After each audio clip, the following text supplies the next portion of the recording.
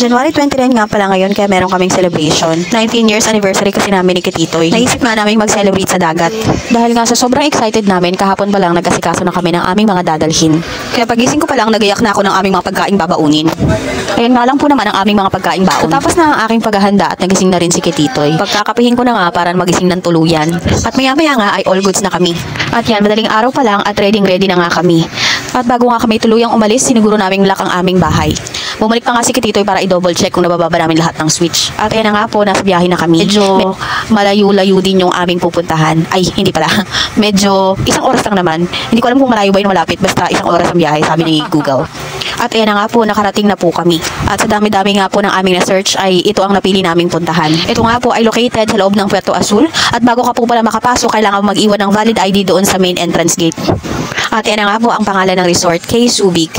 Samahan niyo po kaming pumasok sa loob ng resort. Maglilipat bahay lang naman po kami dito sa resort. Ay mali, magsiswimming lang po pala. Tingnan nyo nga po, ang hirap na si Kititoy. Hindi ko nga po tinutulungan kasi yan na nga po ang exercise niya. At papunta na nga po pala kami sa aming napiling pwesto. Lamesa lang kami na malapit sa dagat. Si Kititoy parang nagtampo ayun na una na walang bigla. At ayun pala, sa gilid lang pala dumaan. At nang makarating nga po pala kami sa aming lamesa, inayos namin ang aming mga pagkain, mga gamit at mga kung ano-ano pa. At dahil nga linggo, medyo maraming tao, kumuha agad si Kititoy ng ihawan para magamit namin kasi baka magkaubusan ng ihawan, hindi namin may ihaw ang aming mga pagkain. Libre naman po ang paggamit ng ihawan, walang bayad, kasama po yan dun sa resort. Kung may uling ka, good. Pag wala po, bibili ka po sa kanila. Medyo dolyar nga lang po ang uling dito. Matapos nga po ang pag-iihaw, pritong manok naman po ang inasikaso ni Kititoy. Nakalimutan nga po pala namin bumili ng mantika sa labas bago kami pumunta dito sa resort. At ito nga lang po natikman ang napakasarap na manok na luto ni Kititoy. Siguro dahil po ang mantika dito ay gold. 70 pesos lang naman po ang isang bote. At maya-maya nga po, naluto na po ang mga dapat lutuin. Yung iba po kasi ay baon namin. Luto na siya kagabi pa. Ininit lang po namin. At nang matapos nga po ang aming konting pahinga, kumain na po kami ng aming mga handa. At habang kumakain nga po, kami nga po ay nagkwekwentuhan. Hindi po namin alam kung bakit po kami umabot ng 19 years. Marami po kasing nagtatanong kung paano po namin na-achieve yung 19 years. Sa totoo lang po, hindi po rin namin alam. Hayaan nyo po, bukas break na po kami. At yan nga po, niligpit ko na ang aming mga pinagkainan. Tatakpan na nga po namin para po makapag-swimming na. At yan nga po ang swimming pool nila. Dalawang swimming pool nila, isang pang bata po at isang pang matanda. At yan na nga po yung dalawa, enjoy na enjoy sa pag-swimming kahit na napakalamig po sa lugar na to. At kung mapapansin nyo nga po, wala po ako sa swimming pool kasi ako lang po ang taga-video. Pero sa totoo po, ay hindi ko po talaga kaya ang lamig. Kaya wala po akong ligo ng araw na yan kasi hindi ko po talaga kayang maligo sa dagat o kaya sa swimming pool dahil sobra po talagang lamig. At pagkatapos nga po mag-enjoy ng dalawang to doon sa swimming pool, lumipat naman po kami doon sa dagat. Nakakatuwa rin naman sa dagat kasi maganda rin at saka medyo maputi po yung buhangin. Kailangan mo nga lang maligo bago magtanghali kasi pagdating ng tanghali at pahapon na, doon na po mataas ang alon. At nang mapagod nga ang dalawa, nagpahinga muna sila saglit. At nag-ikot-ikot nga kami at nakakita kami ng bungee jumping. At tingnan nyo nga po si Brian, ang saya-saya niya kasi yan po ay kanyang first time. Ay hindi pala, joke lang. Nakapag-bungee jumping na pala siya before. At mga ilang minuto nga matapos ang kanyang pagba-bungee jumping, bumalik na ulit kami sa dagat.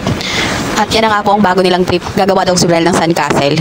Tapos nung maisip niyang mahirap pala, nagbago na agad yung desisyon niya. Gagawa na lang daw siya ng milk tea. Hindi ko nga lang alam kung mabubuhay pa ako kapag ininom ko yung milk tea na isi-serve ni Brian. At matapos nga ang milk tea business ni Brian, si Kititoy naman ang nakaisip ng kanyang trip.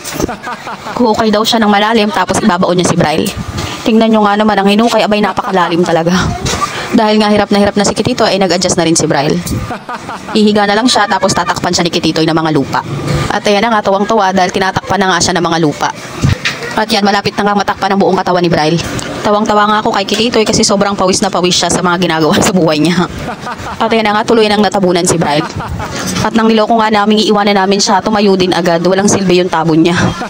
At nang matapos nga kami sa tabon-tabon, ayan, nagsulat po ako ng happy 19 years anniversary at si Brian ay naglagay naman ng I love you. Pagpasensyahan nyo na nga po kami kasi ang dami-dami naming alam. At nang matapos nga ang aming kung ano-anong trip sa buhangin, ay naman bumalik na naman sila sa dagat. At dahil nga malapit na kaming umuwi, nagpapalipas na lang kami ng oras sa dagat. Ay sila lang pala, di pala ako sali. At yan na nga po, nailigpit na namin lahat ng aming mga gamit. Sinakay na po ulit sa trolley na yan. At umahon na nga po ang dalawa para makapag-anlaw na sila sa shower. Baka po akalain nyo wala silang CR dito ha. Meron po silang CR dito. Tinatamad lang po talaga silang pumunta sa CR para mag-anlaw sila doon. At matapos nga pong mag-anlaw, ayan na po nakapag-bihis na si Brian. Tuwalya-tuwalya lang. At sige dito ayan, wala pang bihis. Mamaya na daw siya magbibihis kapag naikarga na daw lahat ng mga gamit namin doon sa sasakyan. At yan na nga po, palabas na nga po kami. Tapos na ang aming swimming for today. Ay sila lang pala nag-swimming, di pala ako sali. At yan, pagpasensya nyo na po ang aking same t-shirt papunta dyan at pauwi dahil hindi po talaga ako naligo. At dahil dyan, magbababay na po kami sa inyo. Bye guys! See you on our next video. Bye!